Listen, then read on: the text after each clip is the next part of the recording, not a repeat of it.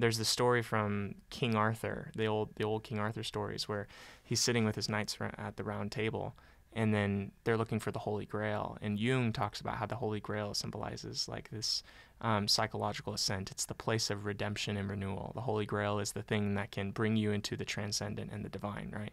And so then King Arthur tells each of his men at the round table, go and look in the forest, and look into the forest and find the point that's darkest to you, and start looking there. Wow. And it's a pretty powerful image. Wow. To say that the thing that you want most, the thing that can redeem you, is found in the place you least want to go. Ah, that's so powerful. I think And Rumi says something like that too, like that from the darkness, light will shine or something. I can't remember the exact, but they're beautiful. It's a beautiful yeah, metaphor, beautiful way yeah, of thinking it's about it.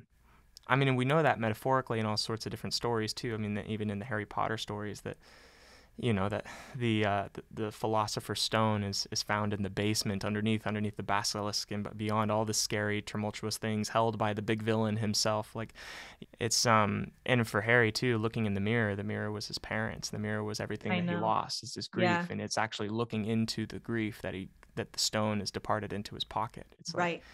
it's the place he least wanted to go in the castle. It's the place he least wanted to go in his own heart. It's the place, and that's where he finds the Philosopher's Stone, which is the same symbol. It's the Holy Grail symbolically. It's the thing that brings insight and transcendence and refreshing renewal.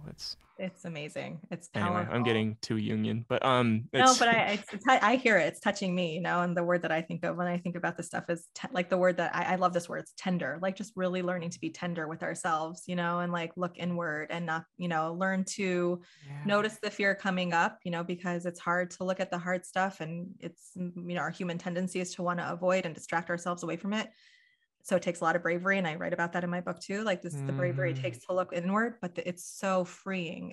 It can be so freeing, to look inward, to notice what's there, to learn to embrace it in this really tender, compassionate way. For me, that comes up a lot of times when I meditate, and I try and do my meditation in the morning. I notice like the different parts of me, and it's, how they're masked by the dialogue that's going on in my mind as I'm meditating, so if my mind was wandering or I was thinking about the things that I need to do that day, and then I bring my attention back to my point of awareness that I'm focusing on, then I notice right away that judging thought of like, oh, look, you just wasted the last 5 minutes. You were supposed to be meditating. Oh, now you're finally doing it right. I'm like, oh, who's here? Who is that?